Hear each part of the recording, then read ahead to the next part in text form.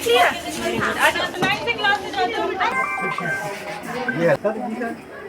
नमस्कार, मैं चंद्रशेखर जोशी, देवभूमि टुडे में आपका स्वागत है।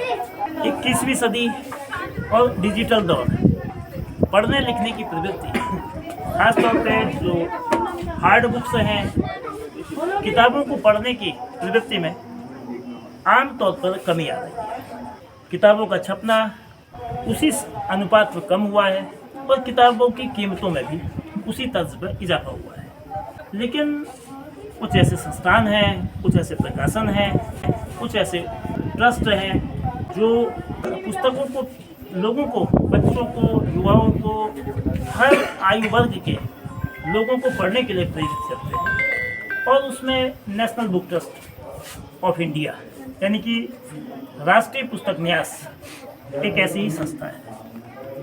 1 अगस्त 1957 में स्थापित नेशनल बुक ट्रस्ट केंद्रीय शिक्षा मंत्रालय के माध्यम काम करती है। तमाम विषयों में हिंदी भाषा, अंग्रेजी भाषा और तमाम भारतीय भाषाओं में ट्रस्ट के माध्यम से पुस्तकों को प्रकाशित किया जाता है। लेखकों को प्रोत्साहित करना हो या पाठकों को प्रामाणिक जानकारी किफ़ायत में देना, सस्ते में देना, ये आम लोगों तक किताबों को पहुंचाने का एक बीड़ा उठा रखा है एनबीटी।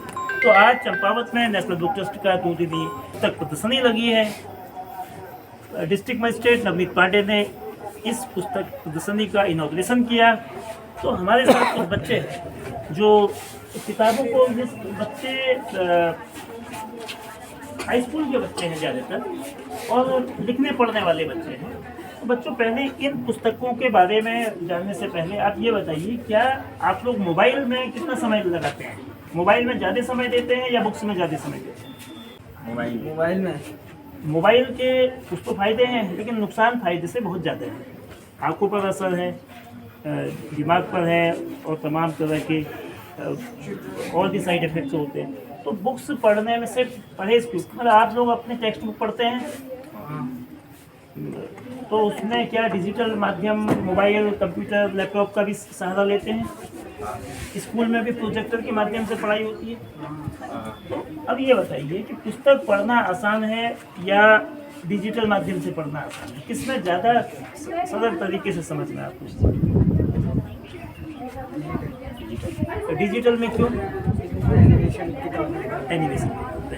लेकिन जो समझ पुस्तकें देती है, पुस्तक पढ़ना किसी भी परीक्षा के लिए, वो परीक्षा एकेडमिक हो, वो परीक्षा उपयोगी हो, उन सबके लिए जरूरी है।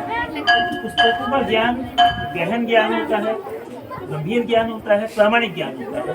और पुस्तकों को इसीलिए पढ़ा जाना चाहिए। और पुस्तक लिखने की जो शैली है वो भी, तब अब चिट्ठी पत्री का ज़माना ख़त्म हो गया, व्हाट्सएप मैसेज, SMS मैसेज वगैरह चलते हैं। लेकिन आप लोग जिस अवस्था में हैं, आप लोगों को पुस्तकें पढ़नी चाहिए और अच्छे प्रकाशक की पुस्तकें, अच्छे लेखकों की पुस्तकें पढ़नी चाहिए। तो NBT जो है, नेशनल बुक ट्रस्ट, 57 में इसकी स्थापना हुई थी। महंगी किताबें होती हैं यहाँ, लेकिन यहाँ सस्ती पुस्तकें उपलब्ध होती हैं। तो जब आप पुस्तकें पढ़ेंगे तो आपके ज्ञान की, यानी कि विषय वस्तु को समझने में बहुआयाम मिलेगा। तो ये स्कूलों में आपकी टेक्स्ट बुक होती है। जब आप टेक्स्ट बुक पढ़ते हैं, वैसे ही आप मैगजीन्स पढ़िए, वैसे ही अच्छे पब्लिशर्स पढ़िए। और NBT जो है, जो काम कर रहा है देश भर में, जो एग्जीबिशन आमतौर पर चंपावत जैसे छोटे शहर में नहीं लगता है, ये लगा है।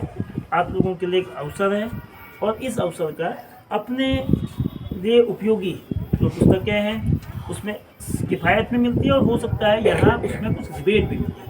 तो पुस्तकें ज़रूर पढ़ें। पुस्तकें पढ़ेंगे, ज्ञान मिलेगा, और ज्ञान मिलेगा तो आप लोगों के आगे बढ़ने के अवसर भी बढ़ेंगे। परीक्षाओं में अच्छे नंबर आएंगे, क्योंकि परीक्षाओं में सफलता की जो संभावनाएँ हैं वो बढ़ती हैं। तो पुस्तकों से दूरी मत लगाइए। क्या कहा जाता है, क्योंकि पुस्तक जो है सबसे अच्छा दोस्त है। ठीक है, जो बुक्स को नज़दीक रखिए। हमेशा रोज़ रात को सोने से पहले कोई इंस्पायर, जो प्रेरित करने वाली पुस्तक जरूर पढ़ें। ठीक है, पुस्तक पढ़ेंगे तो आगे बढ़ेंगे, भविष्य का निर्माण होगा। पुस्तकों को पढ़ने की प्रवृत्ति कम होती जा रही है। डिजिटल माध्यम 21वीं सदी की एक ऐसी सौगात है जिसने लोगों को टेक्नोलॉजी में तो हाईटेक किया है, लेकिन किताबों से, प्रिंट माध्यमों से दूरी की है। वहीं नेशनल बुक ट्रस्ट जो मंशा, उसका उद्देश्य लोगों को सस्ती सुलभ पुस्तकें प्रामाणिक तौर पर विविध विषयों पर हिंदी, अंग्रेजी और भारतीय भाषाओं में अलग अलग क्षेत्रों की पुस्तकें उपलब्ध कराना है। लेकिन रिमोट के एरियाज़ में आमतौर पर नेशनल बुक ट्रस्ट के एग्जीबिशन नहीं लग पाते हैं। आज ये सौभाग्य मिला है यूकोस्ट की मदद से। डिस्ट्रिक्ट मजिस्ट्रेट नवनीत पाठ से जानते हैं ये जो पुस्तक प्रदर्शनी आज लगी है, भविष्य में इस तरह की प्रदर्शनियाँ लगते रहें, लोग पढ़ने और पढ़ाने के लिए प्रेरित होते रहें, उनके जीवन में किताबें पीछे ना छूटें, इसके लिए कैसे प्रयास होंगे? धन्यवाद जोशी जी। ये हमने एक आग्रह किया था नेशनल बुक ट्रस्ट से कि जैसा आपने बताया कि पर्वतीय जो बच्चे हैं, जो उनके पास अच्छी लाइब्रेरीज़ की एक्सेस नहीं हो पाती है, अच्छी किताबों की एक्सेस नहीं हो पाती है, तो उन लोगों को अच्छे गुणवत्तापूर्वक किताबें मिल सकें। इसलिए हमने एनबीटी से आग्रह किया था और एनबीटी ने हमें जो है बड़ा अच्छा, वो उनको धन्यवाद देना चाहूँगा कि जिन्होंने पूरा एक सप्ताह चंपावत में जो है प्रदर्शनी के लिए उन्होंने जो हमें भरी है। उसी क्रम में आज चंपावत और फिर क्रमशः लोहाघाट, पाटी और बाराकोट में भी ये प्रदर्शनी लगाई जाएंगी। इसका प्रयास यही है कि जो हमारे स्कूली बच्चे हैं उनमें जो एक पढ़ने की प्रवृत्ति जो है वो कम होती जा रही है। और जो हमारे, जब हम लोग बचपन में थे तो हमें शिक्षा में पढ़ाया जाता था कि 3 fundamentals of education, read, right and arithmetic. तो अगर वो तीनों चीज़ों पे अगर हमारा फोकस कम होगा तो कहीं ना कहीं हमारी एजुकेशन जो है वो अधूरी रह जाएगी। तो हमने प्रयास किया है कि जो लोगों की रीडिंग हैबिट्स है, आज क्या हो गया है कि आजकल सब कुछ गूगल पे अवेलेबल हो चुका है, तो लोगों को जो है कहीं पढ़ने की प्रवृत्ति जो है वो कम होती जा रही है। वो उसमें सर्च करते हैं, उनके काम की चीज़ उनको मिल जाती है, तो उससे फिर उसमें नॉलेज में डेप्थ नहीं आ पाती है। किताबों से पढ़ने में ये होता है कि जब आदमी एंड टू एंड कोई किताब पढ़ता है तो उसको उस पूरे सब्जेक्ट की एक कॉम्प्रिहेंसिव नॉलेज मिल पाती है। तो हमारा प्रयास भी यही है कि आजकल की जो युवा पीढ़ी है वो इस हैबिट को ले।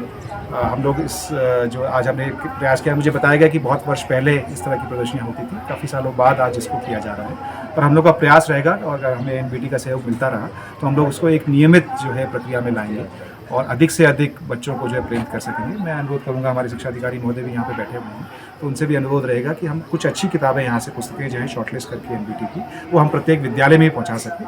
और हमारा एक वीकली करिकुलम कुछ ऐसा होना चाहिए। रीडिंग, हमारा जब हम बचपन में होते थे तो हमारा एक रीडिंग क्लास होती थी, तो कम से कम 1 घंटा सप्ताह में ऐसा शेड्यूल बने जहाँ के बच्चे अनिवार्य रूप से केवल रीडिंग का ही काम करें। मुझे लगता है इससे काफ़ी कुछ फ़र्क पड़ेगा। आज बड़ा सौभाग्य है कि डॉक्टर जोशी जी भी हमारे साथ आज यहाँ पे हैं। ये भी अपने आप के बहुत लंबे समय के उनका करियर रहा है, शिक्षाविद रहे हैं, और आज इनके आशीर्वाद से भी हम लोग इस प्रदर्शनी का प्रारंभ कर रहे हैं। मुझे उम्मीद है कि हम इसको और रिपीट करते रहेंगे।